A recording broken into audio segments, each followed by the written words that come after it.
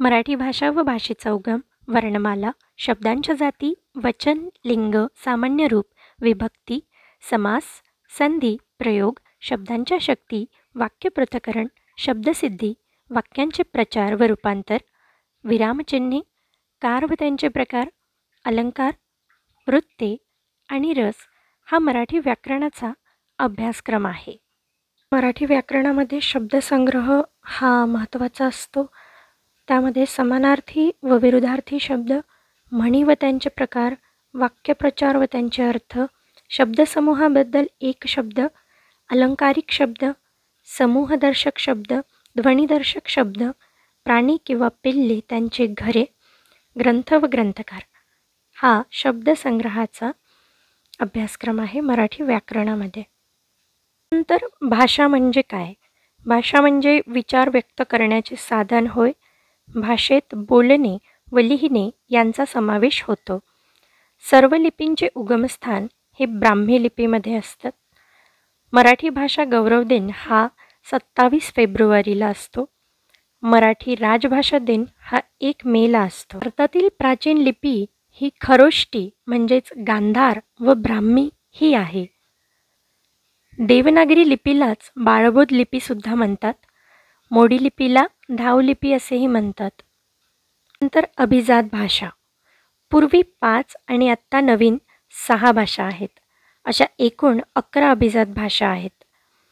या वैशिष्ट्यपूर्ण भाषेला भारत सरकारद्वारा दिला जाणारा एक दर्जा आहे. प्राचीन व साहित्यश्रेष्ठ असावी. भाषेचे वय 1.5 ते 2,500 वर्षाचे असावे. भाषेला स्वतःचे स्वयंभूपण असावे. प्राचीन भाषा व त्याचे आधुनिक रूप याचा गाभा कायम असावा, तरच भाषा ही अभिजात भाषा म्हणून ओळखली जाऊ शकते. तर या काही जुन्या आणि नवीन भाषा आहेत. जुन्या भाषा तमिळ, संस्कृत, तेलुगू, कन्नड, मल्याळम, ओडिया. तर नवीन भाषा मराठी, पाली, आसामी, बंगाली, प्राकृत. अभिजात भाषा हा दर्जा मराठीला 2024मध्ये मिळाला आहे. मराठी भाषेला अभिजात भाषेचा दर्जा मिळण्यासाठी प्रयत्न सुरू आहेत. यासाठी महाराष्ट्र सरकारने रंगनाथ पठारे यांच्या नेतृत्वाखाली एक समिती नेमून 500 पानांचा अहवाल भारतीय केंद्र सरकारला सादर केला आहे. 10 जानेवारी 2012ची ही समिती आहे. ही समिती रंगनाथ पठारे समिती म्हणूनही ओळखली जाते. रंगनाथ पठारे हे एक मराठी कथालेखक, कादंबरीकार, समीक्षक आहेत. संस्कृत व तमिळ या सर्वात प्राचीन भाषा आहेत. म्हणजेच संस्कृत व तमिळ या सर्वात जुन्या भाषा आहेत. त्यानंतर लिपी. लिपी हा शब्द लिप या संस्कृत शब्दापासून तयार झाला आहे. लिपी म्हणजे लिपणे किंवा सारणे हे मराठीतील प्राचीन शब्द आहेत. आपल्या तोंडावाटे निघणारे मूलध्वनी हवेत नष्ट होतात, म्हणून मानवाने त्या ध्वनीच्या खुणा, चिन्ह तयार करून ते रंगाने लिहिणे यालाच लिपी असे म्हणतात. आदर्श लिपी. ज्या लिपीमध्ये एखाद्या मूलध्वनीला एकापेक्षा जास्त उच्चार नसतात आणि प्रत्येक उच्चार स्वतंत्र चिन्हाने दर्शविण्याची सोय असते, त्या लिपीला आदर्श लिपी असे म्हणतात.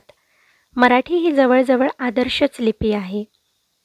देवनागरी लिपी. मराठी ही देवनागरी लिपी आहे. हिंदी, गुजराती, बंगाली, पाली, संस्कृत यासुद्धा देवनागरी लिपीच आहेत. ही लिपी डावीकडून उजवीकडे लिहितात. देवनागरी लिपी एकंदरीत देशातल्या व देशाबाहेरच्या 194 भाषांसाठी वापरली जाते. व्याकरण म्हणजेच भाषेचे व्यवहार सुरळीतपणे चालावे यासाठी काही नियम बनविण्यात आले आहेत. त्या नियमांचाच व्याकरण असे म्हणतात. भाषेचे स्पष्टीकरण करणारे शास्त्र म्हणजेच व्याकरण होय, हे याची सोपी डेफिनेशन आहे. उदाहरण, राम आंबा खातो आणि आंबा राम खातो. व्याकरणदृष्ट्या राम आंबा खातो हे व्याकरणदृष्ट्या बरोबर वाक्य आहे. महर्षी पतंजली यांनी व्याकरणाला शब्दानुशासन असे म्हटले आहे. भाषेतील वाक्य हे शब्दांचे बनलेले असतात. अर्थपूर्ण शब्द एकत्र आलेत की वाक्य बनते. विशिष्ट अक्षरे एकत्र आलेत की शब्द बनतात. वर्णमाला.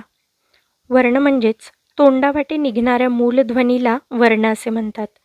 मराठी भाषेत एकूण 52 वर्ण आहेत. स्वर. स्वर म्हणजे ज्या वर्णांचा उच्चार स्वतंत्रपणे होतो त्या वर्णांना स्वर असे म्हणतात. सर्व स्वरांचा उच्चार हा मृदू असतो. कठोर म्हणजेच स्ट्रॉंग किंवा हार्ड, मृदू म्हणजेच सॉफ्ट. तर स्वरादी म्हणजे अनुस्वार व विसर्ग यांचा उच्चार करताना या वर्णांच्या अगोदर स्वर येतो म्हणून त्यांना स्वरादी असे म्हणतात. अनुस्वार व अनुनासिक. स्पष्ट व खणखणीत उच्चारांना अनुस्वार असे म्हणतात, तर ओझरत्या व अस्पष्ट उच्चारांना अनुनासिक असे म्हणतात. उदाहरणार्थ संजय आणि सजय. संजय या शब्दामध्ये स या अक्षरावर अनुस्वार दिलेला आहे, तर तो संजय असा झाला. म्हणून स्पष्ट व खणखणीत उच्चारांना अनुस्वार असे म्हणतात, तर खाली जो सजय आहे त्या ओझरत्या व अस्पष्ट उच्चारांना अनुनासिक असे म्हणतात. अनुनासिक किंवा परस्वर्ण. अनुनासिक हे अनुस्वारांच्या ऐवजी वापरता येतात म्हणून त्यांना परस्वर्ण असे म्हणतात. ध्वनिचिन्हे किंवा अक्षर. बोलताना आपले मूलध्वनी हवेत विसरू नये म्हणून आपण लिहून ठेवतो. ज्या सांकेतिक खुणांनी आपण ध्वनिचिन्हे किंवा अक्षर. बोलताना आपले मूलध्वनी हवेत विसरू नये म्हणून आपण लिहून ठेवतो. ज्या सांकेतिक खुणांनी आपण मूलध्वनी लिहून ठेवतो त्या सांकेतिक खुणेला ध्वनिचिन्हे किंवा अक्षरे असे म्हणतात. अक्षर म्हणजे नष्ट न होणे.